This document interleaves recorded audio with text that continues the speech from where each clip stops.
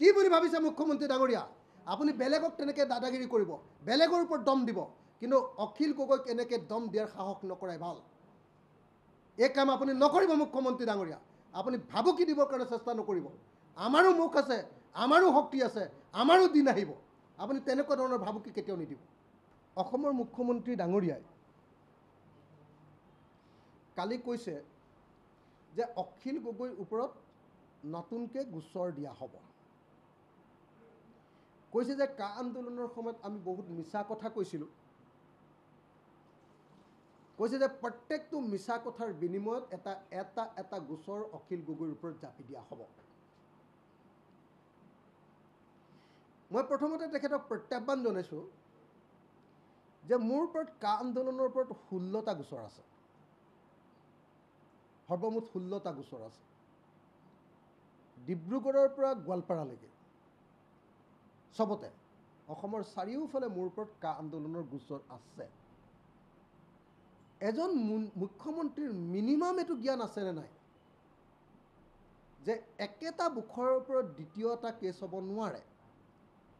Minimum তেওঁ বোলে advocate আছিলে, তেওঁ বোলে অধিবক্তা আছিলে। আৰু মই কোৱা শুনিছিলোঁ, কোনোবা এজন জাজে কোৱা শুনিছিলোঁ যে তেওঁ অধিবক্তা হ'লে বোলে ভাল অধিবক্তা হ'লগৈহেঁতেন। এতিয়াহে তেওঁৰ অধিবক্তাৰ প্ৰকৃত জ্ঞানৰ নমুনাটো এতিয়াহে ধৰা পৰিলে। কা আন্দোলনৰ ওপৰত মোৰ 16টা গোচৰ আছিলে। হাইকোৰ্টে গোটেই গোচৰবিলাক একলগ কৰিবৰ কাৰণে নিৰ্দেশ দিছে, বহুতকেইটা গোচৰ। কাৰণ এটা বিষয়ৰ ওপৰত দুটা গোচৰ কেতিয়াও থাকিব নোৱাৰে। আৰু অসমৰ মুখ্যমন্ত্ৰীয়ে এতিয়া যেতিয়া গৌৰৱ গগৈ জিকিব বুলি যেতিয়া গম পাইছে, লুৰিণজ্যোতি গগৈয়েও যেতিয়া সৰ্বানন্দ সোণোৱালক পূৰা হিলাই দিছে, এটা বিৰোধী ঐক্য মঞ্চৰ পক্ষত যেতিয়া হাৱা আহি গৈছে, ঢৌ আহি গৈছে, সেই সময়ত অখিল গগৈক ভয় খুৱাবৰ কাৰণে, কাৰণ অখিল গগৈয়ে সেয়া হাৱা আনিছে বুলি তেওঁলোকে অনুমান কৰিছে, গতিকে অখিল গগৈক ভয় খুৱাবৰ কাৰণে, ব্লেকমেইল কৰিবৰ কাৰণে তেওঁ মোৰ ওপৰত গোচৰ দিম বুলি কৈছে। মই প্ৰত্যাহ্বান জনাইছোঁ অসমৰ মুখ্যমন্ত্ৰীক যে মোৰ ওপৰত যিমান গোচৰ দিবলৈ আছে, যিমান গোচৰ মোৰ ওপৰত দিবলৈ আছে মুখ্যমন্ত্ৰী ডাঙৰীয়া, সিমান গোচৰ মোৰ ওপৰত দি দিয়ক আপুনি। কিন্তু আপোনাৰ চাৰদা কেলেংকাৰী, আপোনাৰ লুইবাজাৰ কেলেংকাৰী, আপোনাৰ APSC কেলেংকাৰীৰ অভিযুক্ত হিচাপে, আপোনাৰ এনচিলছ কেলেংকাৰীৰ অভিযুক্ত হিচাপে, আপোনাৰ মানৱেন্দ্ৰ হত্যা গোচৰৰ অভিযুক্ত হিচাপে, আৰু আপুনি দাস নামৰ ইঞ্জিনিয়াৰজনক এক্সটৰ্চন কৰিবলৈ গৈ এই যে কাপোৰ খুলি যে আপোনাক পিটিছিলে যিটো গোচৰত, সেই গোচৰবিলাক, এই প্ৰত্যেকটো গোচৰৰ ওপৰত আমিও নতুনকৈ চিন্তা আৰম্ভ কৰিম। আপুনি কি বুলি ভাবিছে নিজকে? আৰে আমি ৰাজনৈতিক অধিকাৰ পালন কৰিছোঁ। মই বিৰোধী ঐক্য মঞ্চৰ এজন নেতা, এজন সদস্য, এজন কাৰ্যকৰ্তা। মই বিৰোধী ঐক্য মঞ্চৰ কাৰণে কাম কৰিম, আৰু মই বিৰোধী ঐক্য মঞ্চৰ কাৰণে কাম কৰাৰ কাৰণে আপুনি কি মোক গোচৰৰ ভাবুকি দিব নেকি? এয়া আপোনালোকৰ গণতন্ত্ৰ। আগতে বিধানসভাত মই যেতিয়া সক্ৰিয় ভূমিকা লৈছিলোঁ, মোৰ লগত লাগি থকা কমলাক্ষ দেৱপ্ৰকাশৰ ওপৰত তেওঁলোকে গোচৰ দিছিলে, আৰু কমলাক্ষ দেৱপ্ৰকাশক ভয় খুৱাই তেওঁলোকে বিজেপিলৈ নিলে। তাৰপিছত ভৰতনৰহ ডাঙৰীয়াৰ পৰিয়ালৰ ওপৰত তেওঁলোকে কেছ লগালে। ভৰতনৰহ ডাঙৰীয়াকো যথেষ্ট পৰিমাণে ভয় খুৱাই দিছে। কিন্তু অখিল গগৈক ভয় খুৱাবলৈ হিমন্ত বিশ্ব শৰ্মা জন্ম হৈছে, তেনেকুৱা মানুহ কোনোবা? আপুনি মোক ভয় খুৱাব খুজিছে নেকি? মোৰ ওপৰত NIA গোচৰ লাগি আছে, কা আন্দোলনৰ NIA গোচৰ। আপুনি কি NIA গোচৰটোতে মোক গোটেই জীৱন জেলত ৰাখিব খুজিছিলে? আপুনি আৰু সৰ্বানন্দ সোণোৱাল আৰু অমিত শ্বাহে মোক গোটেই জীৱন জেলত ৰাখিব খুজিছিলে। আপুনি নোৱাৰিলে, আপুনি ফেইল কৰিলে। এতিয়া নতুনকৈ আপুনি মোক ভাবুকি দিব খুজিছে মুখ্যমন্ত্ৰী মহোদয়। আপোনাৰ ভাবুকিলে মই ভয় খোৱা মানুহ বুলি ভাবিছে নেকি? আপুনি কি বুলি ভাবিছে মুখ্যমন্ত্ৰী ডাঙৰীয়া? আপুনি সকলোকে ব্লেকমেইল কৰিব, আপুনি ব্লেকমেইলৰ ৰজা হ'ব, আপুনি মুখ্যমন্ত্ৰী হিচাপে ভাবুকি দিব, আৰু আমি এজন নাগৰিক হিচাপে আপোনাৰ সকলো কথাত ভয় খাই পিছ হুহুকি দিম। কি বুলি ভাবিছে মুখ্যমন্ত্ৰী ডাঙৰীয়া? আপুনি বেলেগক তেনেকৈ দাদাগিৰি কৰিব, বেলেগৰ ওপৰত দম দিব, কিন্তু অখিল গগৈক এনেকৈ দম দিয়াৰ সাহস নকৰাই ভাল। এই কাম আপুনি নকৰিব মুখ্যমন্ত্ৰী ডাঙৰীয়া। আপুনি ভাবুকি দিবৰ কাৰণে চেষ্টা নকৰিব। আমাৰো মুখ আছে, আমাৰো শক্তি আছে, আমাৰো দিন আহিব। আপুনি তেনেকুৱা ধৰণৰ ভাবুকি কেতিয়াও নিদিব। আপোনালোকে সকলোৱে দেখিছে যে অসমৰ মুখ্যমন্ত্ৰীয়ে ভয় খাইছে, সেইকাৰণে মোক এনেকৈ ব্লেকমেইল কৰিব খুজিছে। তেওঁ মোৰ ওপৰত গোচৰ দিম বুলি ক'ব খুজিছে। অসমৰ মুখ্যমন্ত্ৰীয়ে ভয় খাইছে কাৰণ গৌৰৱ গগৈক সকলো ডেকা ল'ৰা ছোৱালীয়ে ভোট দিবলৈ আগবাঢ়ি গৈছে। যুৱ প্ৰজন্মই গৌৰৱ গগৈক ভোট দিম বুলি ইতিমধ্যে মুকলিকৈ ঘোষণা কৰি দিছে। অসমৰ মুখ্যমন্ত্ৰীয়ে ভয় খাইছে, কাৰণ অসমৰ শিক্ষিত সমাজে সকলোৱে গৌৰৱ গগৈ আৰু আমাৰ লুৰিণজ্যোতি গগৈক ভোট দিবৰ কাৰণে সকলো চাৰিওফালৰ পৰা ওলাই আহিছে। অসমৰ মুখ্যমন্ত্ৰীয়ে ভয় খাইছে, কাৰণ অসমৰ যিসকল মানুহক তেওঁলোকে ভুৱা আপোনাৰ অৰুণোদয় কাৰ্ড বিলাই ফুৰিছে, ভুৱা অৰুণোদয় কাৰ্ড, কিমান ভয় খাইছে তাতেতো ওলাই গৈছে ন। ইমান আপোনালোকে জিকিবই, আপোনালোকে গৌৰৱ গগৈক ইমান ইনচাল্ট কৰে, আপোনালোকে কয় যে গৌৰৱ গগৈ 2.5 লাখ ভোটত হাৰিব। যদি 2.5 লাখ ভোটত হাৰে, তেতিয়াহ'লে আকৌ আপোনালোকে এই ভুৱা ৰেচন কাৰ্ডখন কিয় আনিছে? ভুৱা ৰেচন কাৰ্ডৰ জৰিয়তে কি কয়, ভুৱা অৰুণোদয় কাৰ্ডখন কিয় উলিয়াইছে? আপোনালোকৰ ভুৱা অৰুণোদয় কাৰ্ড, য'ত অশোক স্তম্ভ থাকিব লাগে, তাত আপোনালোকৰ পদুম ফুল আছে। পদুম ফুলে ক'ৰবাত অৰুণোদয় দিব পাৰে নেকি? পদুম ফুলৰ ক'ত টকা আহিলে অৰুণোদয় দিবৰ কাৰণে? ক'ৰ টকা আহিলে? আমাৰ ৰাইজৰ টকাৰে অৰুণোদয় দিব নহয় জানো? আৰু অৰুণোদয় দিবলৈ হ'লে ফৰ্মখনত কি থাকিব লাগিব? অশোক স্তম্ভ। আৰু ৰাজ্য চৰকাৰৰ ফৰ্মখনত নৰেন্দ্ৰ মোদীৰ ফটো কেনেকৈ আহিব? ঘটনা কি? গতিকে আপোনালোকে ভুৱা ফৰ্ম উলিয়াবলৈ বাধ্য হৈছে। আপোনালোক বাধ্য হৈছে, আপোনালোকে 3টামান কাম কৰিছে। 1 নম্বৰ কাম, এই ভুৱা অৰুণোদয় ফৰ্ম। 2 নম্বৰ কাম, আপোনালোকে মহিলাবিলাকক ব্লেকমেইল কৰি আছে। বাৰম্বাৰ আপোনালোকে ব্লেকমেইল কৰি আছে। কি বুলি? যে আপোনালোকে গোটৰ মিটিঙলৈ, প্ৰত্যেকখন প্ৰত্যেকগৰাকী মহিলা গোটৰ মিটিঙৰ নামত আপোনালোকে বিজেপিৰ মিটিঙলৈ আনি আছে। বিজেপিৰ মিটিঙলৈ আনি আপোনালোকে ফটো মাৰি দিব লাগে আপোনালোকক। আৰু ফটো মাৰি দিলেহে আপোনালোকে তেওঁলোকক 10,000 টকা দিম বুলি কৈছে। আপোনাৰ ঘৰৰ টকা নেকি এইটো? আপোনাৰ দেউতাৰ টকা নেকি এইটো? আপোনাৰ পৰিয়ালৰ পত্নীৰ টকা নেকি এইটো? কাৰ টকা এইটো? এইটো ৰাইজৰ টকা। আৰু আপুনি আপোনাৰ বিজেপিৰ মিটিঙত আমাৰ মহিলাবিলাকক এনেকুৱা অত্যাচাৰ কৰিছে কিয়? কিয় কৰিছে? অসম বিধানসভাত সিদ্ধান্ত হৈছে যে অসমৰ প্ৰত্যেকগৰাকী ৰেচন কাৰ্ড থকা পৰিয়ালৰ মহিলাক একোখন অৰুণোদয় কাৰ্ড দিয়া হ'ব। অৰুণোদয় সকলোৱে পাব। তাৰপিছত বিজেপিক ভোট দিব লাগিব বুলি কি কথা আছে? আপুনি কিয় ব্লেকমেইল কৰিছে? তৃতীয় কথা, যে ইলেকশ্যন কমিশ্যন অফ ইণ্ডিয়াই শপত ল'বলৈ দিলে এই আত্মসহায়ক গোটবিলাকক, শপত ল'বলৈ দিলে ইলেকশ্যন কমিশ্যন অফ ইণ্ডিয়াই যে সকলো মানুহে এইবাৰ ভোটদান কৰিব। ভোটদানৰ কাৰণে তেওঁলোকক এটা সচেতনতাৰ শিবিৰ কৰিলে আচলতে। কিন্তু আপোনালোকে বিজেপিয়ে কি কৰিলে? বিজেপিয়ে আপোনালোকৰ নিজৰ কাৰ্যকৰ্তা আৰু চৰকাৰী মানুহক লগাই বিজেপিক ভোট দিব লাগে বুলি বহুত ঠাইত আপোনালোকে শপত গ্ৰহণ কৰাইছে। আপুনি ভয়ানক অসাংবিধানিক কাম কৰি আছে অসমৰ মুখ্যমন্ত্ৰী ডাঙৰীয়া। ভয়ানক 2 নম্বৰী কাম কৰি আছে মুখ্যমন্ত্ৰী ডাঙৰীয়া। আপুনি পুৰা 2 নম্বৰী ইলেকশ্যন খেলিছে মুখ্যমন্ত্ৰী ডাঙৰীয়া। আৰু আপুনি মুখ্যমন্ত্ৰী ডাঙৰীয়া, মই কৰা কামৰ কাৰণে যদি আপুনি মোক ভাবুকি দিব খোজে, আপুনি ভাবুকি দিয়ক। মোক জেলত ৰাখিবতো ৰাখক, এনকাউণ্টাৰ কৰিবতো কৰক। কিন্তু আপোনাৰ ওচৰত আমি ভাবুকিৰ ওচৰত ভয় কৰা মানুহ অখিল গগৈ নহয়। এইটো কথা স্পষ্ট দৃঢ়তাৰে সৈতে স্পষ্ট কৰি দিছোঁ যে হিমন্ত বিশ্ব শৰ্মাই যাতে ভৱিষ্যতে ভাবুকি নিদিয়ে। যদি কৰিবলগীয়া আছে কৰি দিয়ক, গুলিয়াবলগীয়া আছে গুলিয়াই দিয়ক। আপোনালোকেতো মোক কা আন্দোলনৰ সময়ত আপুনিতো মোক গুলিয়াবলৈ দিছিলেই। মইতো যেনে তেনে বাচিছোঁ। মই সদায় জীয়াই থাকিম বুলি থকা মানুহ নহয় দেই মুখ্যমন্ত্ৰী ডাঙৰীয়া। আপুনি এনেকৈ ভাবুকি নিদিব, একদম স্পষ্টকৈ কৈছোঁ, আপুনি ভাবুকি নিদিব। ভাবুকি ব্লেকমেইলিঙেৰে কাম কৰাটো কেতিয়াও সম্ভৱপৰ নহয়। আমি গৌৰৱ গগৈৰ কাৰণে লাগিছোঁ, আমি লুৰিণজ্যোতি গগৈৰ কাৰণে লাগিছোঁ, আমি বিৰোধী পক্ষৰ কাৰণে লাগিছোঁ, হয় লাগিছোঁ, অপেনলি কৈছোঁ লাগিছোঁ। আমি সকলোৱে কাম কৰিছোঁ, কি হ'ল তাতে? আমি এবাৰ বিৰোধী পক্ষক জিকাম, আপোনালোক হাৰিব। আপোনালোকে পইচা বিলাই তৎ পোৱা নাই। আপোনালোকে কেৱল আৰু কেৱল পইচা বিলাই ফুৰিছে। আপোনালোকে কেৱল 2 নম্বৰী কাম কৰি আছে। আপোনালোকক এতিয়া মানুহে ভাল নাপায়। কেৱল ব্লেকমেইল কৰিহে আপোনালোকে মানুহৰ লগত ৰাখিছে। আপোনালোকে এবাৰ হাৰিব, ক'ৰবাত জিকিবও পাৰে, কাৰণ আপোনালোকে বহুত পইচা 2 নম্বৰী কৰিছে না, 2 নম্বৰী কৰিছে ন, তেনেকৈ ক'ৰবাত জিকিব পাৰে। কিন্তু সঁচা অৰ্থত আপোনালোকক বিজেপিক ভাল পোৱা মানুহৰ নাই এতিয়া। বিজেপিক বেয়া পাবলৈ লৈ গ'ল। বিজেপি যে 2 নম্বৰী পাৰ্টি, ঠগবাজ পাৰ্টি, ইতিমধ্যে সকলোৱে গম পাই গৈছে। প্ৰবঞ্চক পাৰ্টি এটা, এইটো কথা ইতিমধ্যে গম পাইছে। সকলোকে আহ্বান জনাইছোঁ, যিসকল শিক্ষিত নাগৰিক, যিসকল সচেতন নাগৰিক, যিসকল বিবেকবান নাগৰিক, যিসকলে দেশৰ ভৱিষ্যতৰ কথা চিন্তা কৰে, যিসকলে জাতিৰ ভৱিষ্যতৰ কথা চিন্তা কৰে, যিসকলে কেৱল হিতাধিকাৰী আঁচনিত বিলীন নহয়, যিসকলে কেৱল ব্যক্তিগত স্বাৰ্থৰ কাৰণে কাম নকৰে, মই তেখেতসকলক সকলোকে আহ্বান জনাইছোঁ। সকলো জাতি, সকলো ধৰ্ম, সকলো বৰ্ণ, সকলো ভাষাৰ মানুহক মই আহ্বান জনাইছোঁ যে গৌৰৱ গগৈৰ পক্ষত আৰু লগতে লুৰিণ গগৈ পক্ষত সকলোৱে ভোটদান কৰক মই সকলোকে বিনম্ৰভাৱে প্ৰাৰ্থনা জনাইছোঁ এতিয়া আজিৰ দিনটোত আমি আপোনালোকক নিমন্ত্ৰণ কৰি আনিছোঁ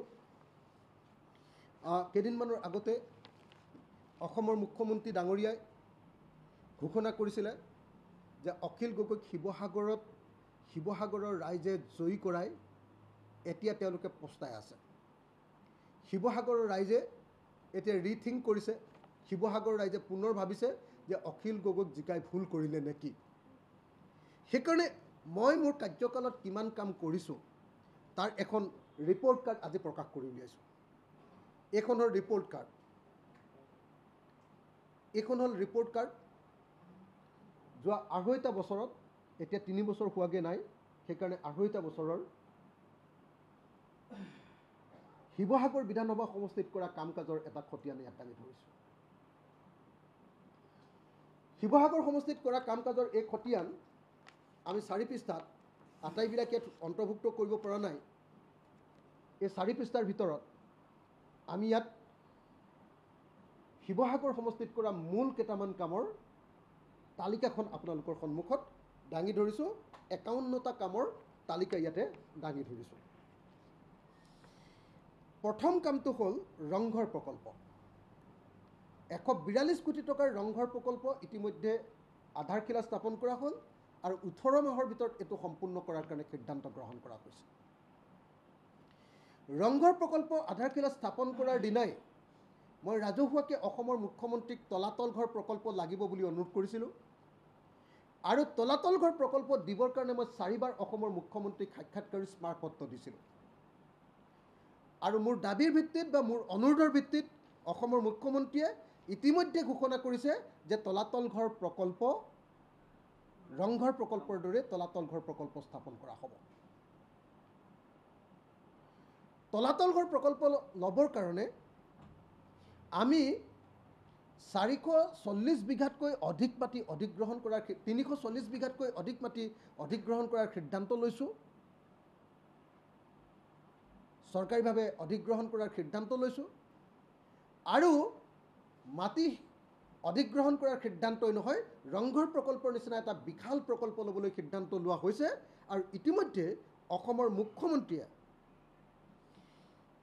তলাতল ঘৰ প্ৰকল্প লোৱা হ'ব বুলি ইতিমধ্যে ৰাজহুৱাকৈ ঘোষণা কৰিছে ৰংঘৰ প্ৰকল্পৰ দৰে তলাতল ঘৰ প্ৰকল্পত কিমান মাটি থাকিব মই অধিগ্ৰহণৰ মাটিৰ পৰিমাণটো গাই দিছোঁ ৪৪৬ বিঘা ৩ কঠা ১২ লোচা মাটি আমি অধিগ্ৰহণৰ সিদ্ধান্ত গ্ৰহণ কৰিছোঁ ৪৪৬ বিঘা ৩ কঠা ১২ লোচা মাটি আমি পইচা দি কিনি ল'ম অধিগ্ৰহণ চৰকাৰীভাৱে যিটো মূল্য দিব লাগে মূল্য দি কিনি ল'ম আৰু তাৰ পাছত এই ৪৪৬ বিঘা ৩ কঠা ১২ লোচা মাটি কিনি লোৱাৰ পাছত এইটোতে আমাৰ ২৭০-৮০ কোটি টকা যাব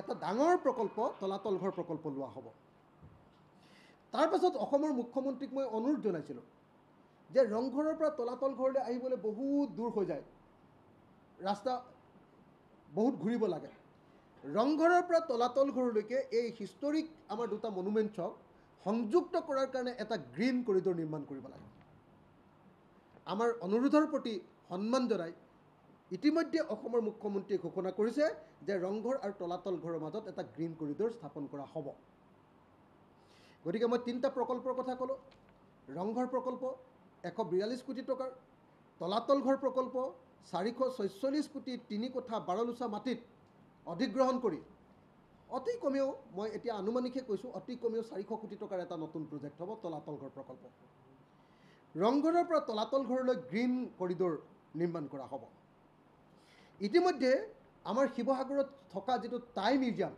টাই সংগ্ৰহালয় সেই টাই সংগ্ৰহালয়টো পুনৰ নিৰ্মাণ কৰিবৰ কাৰণে অত্যাধুনিক ৰূপত পুনৰ নিৰ্মাণ কৰিবৰ কাৰণে ১১ কোটি টকা ইতিমধ্যে চেংচন দিয়া হৈছে আৰু কাম চলি আছে আপোনালোকে দেখিছে ইতিমধ্যে খুঁটা চুটা উঠি মোটামুটি এটা পৰ্যায়লৈ গুচি গৈছে ৫ নম্বৰ শিৱসাগৰ পুখুৰীৰ পাৰৰ সৌন্দৰ্যবৰ্ধন আৰু কাষৰ পথ নিৰ্মাণৰ কাৰণে মুঠতে ১০ কোটি ১৩ লাখ টকাৰ ইতিমধ্যে নিবিদা দিয়া হৈ গ'ল আৰু ইতিমধ্যে এজন ঠিকাদাৰক কামৰ আবণ্টন আমি দি দিলোঁ এই নিৰ্বাচনৰ হেৰিটো শেষ হোৱাৰ লগে লগে মই আধাৰশিলা এটা স্থাপন কৰিম আমাৰ শিৱসাগৰ পুখুৰীৰ পাৰৰ সৌন্দৰ্যবৰ্ধনৰ কাৰণে তাত কি কৰা হ'ব পুৰণি ভাগি যোৱা গোটেই যিবিলাক চাৰিসীমাৰ বেৰ আছে সেইবিলাক নতুনকৈ কৰা হ'ব, তাত ষ্টীলৰ হেৰি দিয়া হ'ব, বাৰবিলাক দিয়া হ'ব। তাৰপাছত গোটেই ৰাস্তাটো নতুনকৈ বনোৱা হ'ব, ডাঠকৈ বহলকৈ। ফুটপাথটোত আকৌ এখন নতুন ফুটপাথটো নতুনকৈ বনাই আকৌ ফুটপাথটোত হেৰি দি দিয়া হ'ব, চাৰিওফালে মানে লোহাৰ আপোনাৰ বেৰা দি দিয়া হ'ব। এনেকৈ শিৱসাগৰ পুখুৰীৰ সৌন্দৰ্যবৰ্ধনৰ সিদ্ধান্ত লোৱা হৈছে। যমুনাৰ পৰিষ্কাৰ আৰু সৌন্দৰ্যবৰ্ধনৰ কাৰণে 10 কোটি টকাৰ প্ৰস্তাৱ লোৱা হৈছে। শিৱসাগৰক বিশ্ব ঐতিহ্য ক্ষেত্ৰ হিচাপে প্ৰতিষ্ঠা কৰিবৰ কাৰণে ইতিমধ্যে দিল্লীৰ আৰ্কিঅলজিকেল ছাৰ্ভে অফ ইণ্ডিয়াৰ পুৰণি ডাইৰেক্টৰ, প্ৰাক্তন ডাইৰেক্টৰ নৰিয়াল ডাঙৰীয়াৰ নেতৃত্বত এখন বিশেষজ্ঞ কমিটি গঠন কৰি অধ্যয়ন কৰি থকা হৈছে আৰু আশা কৰি থকা হৈছে যে অহা কেইমাহমানৰ ভিতৰতে বিশ্ব ঐতিহ্য ক্ষেত্ৰৰ টেণ্টেটিভ লিষ্টত আমি শিৱসাগৰক আনিব পাৰিম। আমি সকলোৱে বিৰোধী ঐক্য মঞ্চৰ দুজন সবল প্ৰাৰ্থী গৌৰৱ গগৈ ডাঙৰীয়া আৰু লুৰিণজ্যোতি গগৈ ডাঙৰীয়া, এই দুইজনকে ভোটদান কৰিবৰ কাৰণে মই নতুন প্ৰজন্মক আহ্বান জনাইছোঁ। আপোনালোকে সকলোৱে জানে যে আজিৰ দিনটোত এই কথা সকলোৰে স্পষ্ট যে তপন গগৈৰ নিচিনা মানুহে গৈ লোকসভাত একো কাম কৰিব নোৱাৰে, কাৰণ তপন গগৈ ইংৰাজীও নাজানে, হিন্দীও নাজানে। সেইকাৰণে তপন গগৈ লোকসভাত কাম কৰিবলৈ কোনো মানে ব্যৱস্থাই নাই, কাৰণ তেওঁ সঁচাকৈ ভাষা জ্ঞান নথকাৰ কাৰণে আৰু ছাবজেক্টৰ ওপৰত জ্ঞান নথকাৰ কাৰণে তেখেতে একোকে ক'ব নোৱাৰে। আপোনালোকে নিশ্চয় সকলোৱে দেখিছে যে যোৱা 5টা বছৰত গৌৰৱ গগৈয়ে যি সময়ত 210টা প্ৰশ্ন উত্থাপন কৰিছে লোকসভাত, সেই সময়ত তপন গগৈ কেৱল আৰু কেৱল 9টা প্ৰশ্ন উত্থাপন কৰিছে। গতিকে গৌৰৱ গগৈক কোনোপধ্যে আমি হৰুৱাব নোৱাৰোঁ। গৌৰৱ গগৈক সকলোৱে আমি জিকাব লাগিব। আৰু সেইকাৰণে মই নতুন প্ৰজন্মৰ সকলোকে আহ্বান জনাইছোঁ যে যি সময়ত এভাৰেজ যোৱা 5 বছৰত লোকসভাত এজন সাংসদে 210টা প্ৰশ্ন কৰিছিলে, গৌৰৱ গগৈয়ে কিন্তু নিজে 245টা প্ৰশ্ন কৰিছে আৰু তপন গগৈ মাত্ৰ কেৱল 9টা প্ৰশ্ন কৰিছে। তপন গগৈয়ে সম্পূৰ্ণ পৰীক্ষাত ফেইল কৰিছে, 210ৰ ভিতৰত কেৱল 9 নম্বৰ পাইছে, গতিকে তেওঁ ফেইল কৰিছে। গতিকে তেনেকুৱা ফেইল কৰা মানুহজন, আৰু ইয়াৰ বিপৰীতে আমি দেখিবলৈ পাইছোঁ যে গৌৰৱ গগৈ কিন্তু ষ্টেণ্ড কৰিছে, 210ৰ ভিতৰত 245 নম্বৰ পাইছে। তেওঁ 245টা প্ৰশ্ন উত্থাপন কৰিছে। গতিকে এই মুহূৰ্তত মই গৌৰৱ গগৈৰ পক্ষত সকলো যুৱ প্ৰজন্মৰ আৰু ছাত্ৰ ছাত্ৰী আৰু উঠি অহা ডেকা ল'ৰা ছোৱালীবিলাকক মই সকলোকে অনুৰোধ জনাইছোঁ, আপোনালোকে সকলোৱে গৌৰৱ গগৈক ভোট প্ৰদান কৰক। আপোনালোকে সকলোৱে দেখিছে যে অসমৰ মুখ্যমন্ত্ৰীয়ে ভয় খাইছে, সেইকাৰণে মোক এনেকৈ ব্লেকমেইল কৰিব খুজিছে, তেওঁ মোৰ ওপৰত গোচৰ দিম বুলি ক'ব খুজিছে। অসমৰ মুখ্যমন্ত্ৰীয়ে ভয় খাইছে কাৰণ গৌৰৱ গগৈক সকলো ডেকা ল'ৰা ছোৱালীয়ে ভোট দিবলৈ আগবাঢ়ি গৈছে। যুৱ প্ৰজন্মই গৌৰৱ গগৈক ভোট দিম বুলি ইতিমধ্যে মুকলিকৈ ঘোষণা কৰি দিছে। অসমৰ মুখ্যমন্ত্ৰীয়ে ভয় খাইছে কাৰণ অসমৰ শিক্ষিত সমাজে সকলোৱে গৌৰৱ গগৈ আৰু আমাৰ লুৰিণজ্যোতি গগৈক ভোট দিবৰ কাৰণে সকলো চাৰিওফালৰ পৰা ওলাই আহিছে। অসমৰ মুখ্যমন্ত্ৰীয়ে ভয় খাইছে কাৰণ অসমৰ যিসকল মানুহক তেওঁলোকে ভুৱা আপোনাৰ অৰুণোদয় কাৰ্ড বিলাই ফুৰিছে, ভুৱা অৰুণোদয় কাৰ্ড, কিমান ভয় খাইছে তাতেতো ওলাই গৈছে ন। ইমান আপোনালোকে জিকিবই, আপোনালোকে গৌৰৱ গগৈক ইমান ইনচাল্ট কৰে, আপোনালোকে কয় যে গৌৰৱ গগৈ 2.5 লাখ ভোটত হাৰিব। যদি 2.5 লাখ ভোটত হাৰে তেতিয়াহ'লে আকৌ আপোনালোকে এই ভুৱা ৰেচন কাৰ্ডখন কিয় আনিছে? ভুৱা ৰেচন কাৰ্ডৰ জৰিয়তে কি কয় ভুৱা অৰুণোদয় কাৰ্ডখন কিয় উলিয়াইছে? আপোনালোকৰ ভুৱা অৰুণোদয় কাৰ্ড য'ত অশোক স্তম্ভ থাকিব লাগে তাত আপোনালোকৰ পদুম ফুল আছে। পদুম ফুলে ক'ৰবাত অৰুণোদয় দিব পাৰে নেকি? পদুম ফুলৰ ক'ত টকা আহিলে অৰুণোদয় দিবৰ কাৰণে? ক'ৰ টকা আহিলে? আমাৰ ৰাইজৰ টকাৰে অৰুণোদয় দিব নহয় জানো? আৰু অৰুণোদয় দিবলৈ হ'লে ফৰ্মখনত কি থাকিব লাগিব? অশোক স্তম্ভ। আৰু ৰাজ্য চৰকাৰৰ ফৰ্মখনত নৰেন্দ্ৰ মোদীৰ ফটো কেনেকৈ আহিব? ঘটনা কি? গতিকে আপোনালোকে ভুৱা ফৰ্ম উলিয়াবলৈ বাধ্য হৈছে। আপোনালোক বাধ্য হৈছে, আপোনালোকে 3টামান কাম কৰিছে। 1 নম্বৰ কাম এই ভুৱা অৰুণোদয় ফৰ্ম। 2 নম্বৰ কাম আপোনালোকে মহিলাবিলাকক ব্লেকমেইল কৰি আছে, বাৰম্বাৰ আপোনালোকে ব্লেকমেইল কৰি আছে। কি বুলি? যে আপোনালোকে গোটৰ মিটিঙলৈ প্ৰত্যেকগৰাকী মহিলা গোটৰ মিটিঙৰ নামত আপোনালোকে বিজেপিৰ মিটিঙলৈ আনি আছে। বিজেপিৰ মিটিঙলৈ আনি আপোনালোকে ফটো মাৰি দিব লাগে আপোনালোকক, আৰু ফটো মাৰি দিলেহে আপোনালোকে তেওঁলোকক 10,000 টকা দিম বুলি কৈছে। আপোনাৰ ঘৰৰ টকা নেকি এইটো? আপোনাৰ দেউতাৰ টকা নেকি এইটো? আপোনাৰ পৰিয়ালৰ পত্নীৰ টকা নেকি এইটো? কাৰ টকা এইটো? এইটো ৰাইজৰ টকা আৰু আপুনি আপোনাৰ বিজেপিৰ মিটিঙত আমাৰ মহিলাবিলাকক এনেকুৱা অত্যাচাৰ কৰিছে কিয় কিয় কৰিছে অসম বিধানসভাত সিদ্ধান্ত হৈছে যে অসমৰ প্ৰত্যেকগৰাকী ৰেচন কাৰ্ড থকা পৰিয়ালৰ মহিলাক একোখন অৰুণোদয় কাৰ্ড দিয়া হ'ব অৰুণোদয় সকলোৱে পাব তাৰপিছত বিজেপিক ভোট দিব লাগিব বুলি কি কথা আছে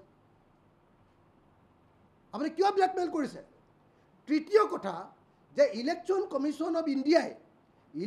কমিশ্যন অফ ইণ্ডিয়াই শপত ল'বলৈ দিলে এই আত্মসহায়ক গোটবিলাকক শপত ল'বলৈ দিলে ইলেকশ্যন কমিশ্যন অফ ইণ্ডিয়াই যে সকলো মানুহে এইবাৰ ভোটদান কৰিব ভোটদানৰ কাৰণে তেওঁলোকক এটা সচেতনতাৰ শিবিৰ কৰিলে আচলতে কিন্তু আপোনালোকে বিজেপিয়ে কি কৰিলে আপোনালোকে বিজেপিয়ে আপোনালোকৰ নিজৰ কাৰ্যকৰ্তা আৰু চৰকাৰী মানুহক লগাই বিজেপিক ভোট দিব লাগে বুলি বহুত ঠাইত আপোনালোকে শপত গ্ৰহণ কৰাইছে আপুনি ভয়ানক অসাংবিধানিক কাম কৰি আছে অসমৰ মুখ্যমন্ত্ৰী ডাঙৰীয়া ভয়ানক 2 নম্বৰী কাম কৰি আছে মুখ্যমন্ত্ৰী ডাঙৰীয়া আপুনি পুৰা 2 নম্বৰী ইলেকশ্যন খেলিছে মুখ্যমন্ত্ৰী ডাঙৰীয়া আৰু আপুনি মুখ্যমন্ত্ৰী ডাঙৰীয়া মই কৰা কামৰ কাৰণে যদি আপুনি মোক ভাবুকি দিব খোজে আপুনি ভাবুকি দিয়ক মোক জেলত ৰাখিবতো ৰাখক এনকাউণ্টাৰ কৰিবতো কৰক কিন্তু আপোনাৰ ওচৰত আমি ভাবুকিৰ ওচৰত ভয় কৰা মানুহ অখিল গগৈ নহয় এইটো কথা স্পষ্ট দৃঢ়তাৰে সৈতে স্পষ্ট কৰি দিছোঁ যে হিমন্ত বিশ্ব শৰ্মাই যাতে ভৱিষ্যতে ভাবুকি নিদিয়ে যদি কৰিবলগীয়া আছে কৰি দিয়ক গুলিয়াবলগীয়া আছে গুলিয়াই দিয়ক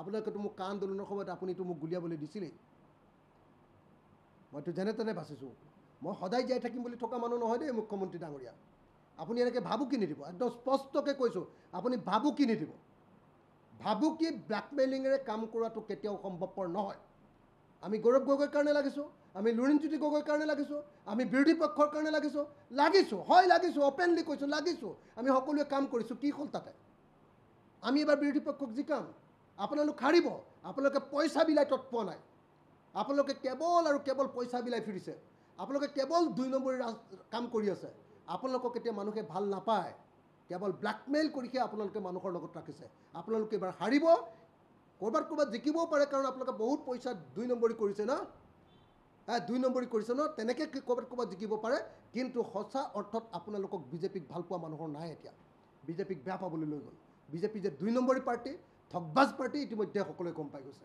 প্ৰবঞ্চক পাৰ্টি এটা এইটো কথা